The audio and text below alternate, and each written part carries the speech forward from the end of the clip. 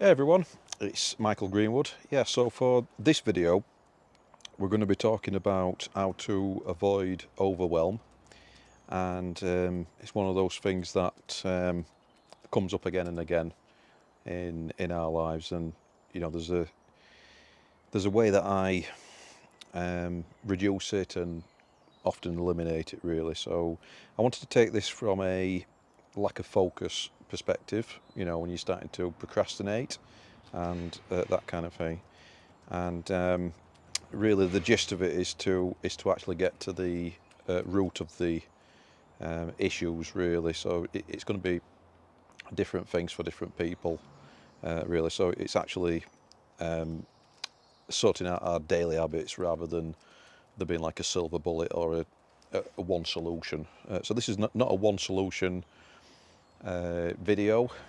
It's more of a methodology to impart to you a way of getting to the bottom of things and then actually having a solution. So if you watch this video all the way through, that's the objective of this video.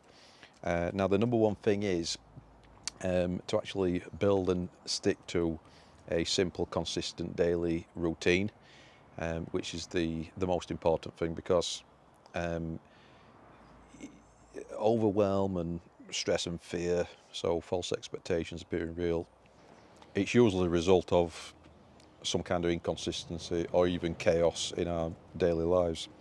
Why? This is because we can get fatigued by using our energy in the wrong ways. When I say the wrong ways, I mean this could be subjective, but let's say that you don't want to be doing a certain habit, but you keep doing it again and again. So you said you're not going to do it, such as having a messy room or drinking too much alcohol or something like that. But you keep doing the thing, then these can be undesirable habits or bad habits. And the thing about habits is, good habits can be stacked. So you'll tend to find that you'll crack one area of your life and then you want to move on to another and sort that out. But it's the same with bad habits as well. So if you get into one bad thing, it can lead to other bad things as well. So what we're looking at doing is actually, a lot of this is about removing things as well as adding new things as well. So, and a routine helps to remove essentially what is known as decision fatigue, which drains your focus. So, guys like Bill Gates famously says that focus is really important in business. And obviously it's important in all areas of life, really, just being able to focus on one thing rather than getting distracted. Because if you're getting distracted by a bunch of things, then your focus is going to be split, your attention is going to be elsewhere, other than on the task at hand, so you're not going to get stuff done. And the thing is, our brains, they do need structure. As human beings, we do need routine and structure as well. That's why, if I've never been in the armed forces, but if you know anybody who's been in the armed forces, then you'll know that structure and routine has been a big part of their life. And when they come out of the armed forces, they'll be doing, similar kind of routines. Let's say they've got into pressing the shirt and all that kind of thing, ironing. They'll be doing that as they come out as well, or getting up early as well. People are creatures of habit, and as human beings, that's important for our brains to have these structure, our minds to have structure, and that helps to reduce that chaos and the internal anxiety, because the internal anxiety, stress, low vibrational emotions like that. Fear is all about uncertainty and lack of faith, really, and it's looking at the worst possible permutations of a situation rather than focusing on the good. And that's why techniques such as gratitude, doing daily gratitude, can help us to focus on the good rather than the bad. And that's just one of the examples of a routine that you can do.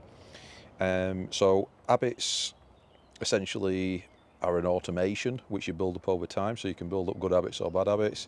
And like I said and alluded to earlier, habits can be stacked. So you tend to find that people who have bad habits, if you've got bad habits yourself, you tend to have more than one bad habit, and usually to overcome these, you need to replace these whatever you're doing bad with something good. It's not. It doesn't usually work in my experience to replace bad habits with nothing, because uh, as they say, the devil makes work for idle hands. Um, so often we need to be doing something. Yeah.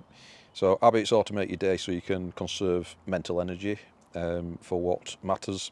And it's like, if you think about the processes that go on in the human body, it's like breathing. It's kind of automated, isn't it? You can be purposeful with your breathing and do breathing exercises. But another example is just me raising my arm like this. There's hundreds of different things going on at the same time for me to be able to coordinate this action, but I just do it tacitly, subconsciously, without even thinking about it. So, if you want to reduce stress, and particularly focus more on what you need to do, rather than charging forward on multiple fronts, and just getting a little bit forward with a bunch of things, and just focusing on one thing, 100% of your energy, and focus, and stop procrastinating. These are some of the tips that I've got for you. Um, so yeah, let's get started with this. So one of the things is to wake up at the same time every day, and the easiest way to, let's say you're a bit of a night owl, um, like I have been, often in the past. Uh, you can, one of the best ways actually starting to go up early is to just get up early one time, and then you'll be tired in the day, and then get to bed earlier. What I say is there's a 45-minute window in which to go to bed. So let's say you go to bed at 10 p.m. every evening. You've got 45 minutes either side leeway. So if you get into that routine to keep up with your circadian rhythm, you can go to bed between 9:15 and 10:45, with 10 p.m. kind of being that optimum. And it's the same in the morning. Let's say you go up at 6 a.m., 6:30 or whatever. Let's say if you set 6 a.m. as your wake up time, and eventually you can start to do it without even setting your alarm, then you've got that 45-minute window, and then so you could be getting up between 5:15 and 6:45. But usually that will be the exception rather than the rule itself. You want to be trying to get up at 6 a.m. But you need enough sleep, and sleep is one of the pillars of being able to focus and have consistent energy throughout the day. So consistent sleep equals better focus, mood, stress regulation, like I said, a bit better circadian rhythm. Next thing is to kind of split your day into three parts, and this doesn't have to be robotic or anything like that. You don't have to account for every 7.5 minutes, or you know quarter an hour or half hour or anything like that. I mean, it's just a three-part daily system. So you've got a morning being for yourself, so a morning anchor, and that can be between 1 and 3 hours. So you can do your meditations in that time. I like to do guided meditations with Dr. Joe Dispenza. You can maybe have a healthy breakfast unless you're intermittent fasting. So I like to have healthy fruit and berries. So raspberries, blackberries, blueberries, strawberries, things like that. Anything that says berries, really. Pomegranates as well are nice, to add a bit of variety. And then Greek yogurt is quite nice as well. So it's quite natural. So you can have you can do your breathing exercises as part of your meditation as well. Um, Most meditations, I think, start off with some kind of a breathing. So you actually thinking about your breathing rather than having maybe shallower breaths and not getting as much oxygen in. Because of what, obviously we need oxygen, we need fresh air, and actually it can calm you by getting more oxygen into your lungs. And then doing things like stretching, drinking a litre of water, things like that. Nice filtered water is quite nice, or bottled water. My preference is San Pellegrino, so that's quite nice. And so flushing out your system because you've been essentially fasting when you've been sleeping, and our body is obviously over 75% water with carbon beans. Uh, so very important. And then doing things like journaling, getting some exercise in as well. So a nice brisk walk, whatever you're able to do with that kind of thing. And then maybe get some reading in, so 10 pages of a book as well. And so for me, I like to do planning the day before a day, so planning tomorrow today, really important. And then I think there's like a 2x thing that goes on whilst you're sleeping. And then, so you're actually thinking about the tasks you're going to be doing the day before and while you're sleeping. So you're planning ahead rather than going into a day and just being kind of blown about and possibly into somebody else's plan. Because you've got to remember that if you're not following your own plan in life, then you're probably going to be following somebody else's plan, making somebody else's rich, helping them with their dream. So I'm all about creating your own lifestyle design. And then, as part of what you've planned to do that day, there should be really three tasks which are non-negotiables for the day, and then there's some other ancillary things that you can do. So that's your morning anchor, and then you've got your work blocks. Now, the way that I tend to work is these days I mostly work from home, and I work in 90-minute work blocks. So there might be some. My business is essentially split into three types of activities. So there's marketing activities, sales activities, and service delivery activities. And of course, there's things like delegation, which is for the service delivery, because all my business, the team are for the service delivery side of the business. I do all the marketing and sales at the moment, and that will change in the future. But at the moment, these work blocks are 90 minutes, so it's distraction free, no phone unless the phone is, is part of the activity. Sales calls, for example, or speaking to clients, but no kind of doom scrolling, social media, anything like that. And then just having one focusing on one thing, so deep work basically. And then there's the evening wind down, which is important. So it's basically it's often either some reading or a bit of TV, at least 30 minutes, a no blue light before actually going to bed. I usually go to bed when I'm quite tired as well. So and doing planning tomorrow today, doing some prep work for the next day, reflective practice on how it went and what the actual was planned to be and what I planned to do and what the actual was. But yeah, I mean the main thing is to actually tackle one habit at a time, tackle the creation of one good habit at a time. Usually we've only got so many hours in a day.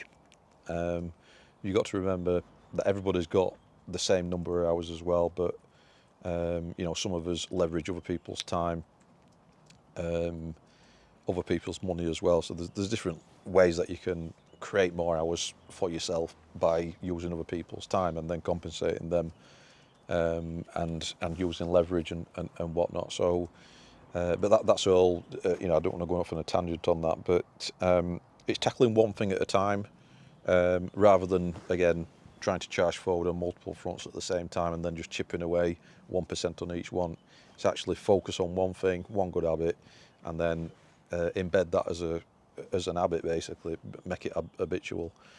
And it's the same with bad habits. Stop doing them, replace it with something else, and then you're away. So yeah, just remember that clarity comes from action as well, not thought. So you've got to have the thought, but you've got to take the action as well. So you can't just sit around and manifest whatever you want by just sitting there. That's not what the things like the law of attraction are about. It's actually about focus on what you want. So that's what visualization, that's what manifestation is essentially all about. It's just focusing on something. That's what gratitude is essentially about. It's just focusing on the good that you've got, so you'll get more good things, and not focusing on the bad. Not being an ostrich and burying your head in the sand, but actually focusing on what is good, tackling the bad stuff as much as you need to, but then not letting it kind of consume your thoughts. So I hope this video has been helpful. If you just remember, if you're overwhelmed, focus less on trying to optimize absolutely everything and tackle everything. It's how do you eat an elephant a spoonful at a time. Just do yourself the favour of focusing on one thing at a time, doing one clear, I suppose, like stabilising thing at a time, to move you towards your goals. In business, we call it moving the needle. So, what are the three things non-negotiable that I need to do today to move the needle? If I spent all day just doing kind of non-income producing tasks, then I wouldn't make any money. So it's being very mindful that I'm not working just on the operational, and actually working strategically as well and planning. So it's plan, execute, it's idea, and then action, and then optimization as well. So how can we do it better next time? What are the lessons that we learned? Reflective practice on that, and then you can keep getting better by 1% every day. So yeah, take care. I hope this has been useful. Like, comment, share, subscribe, and I'll see you next time.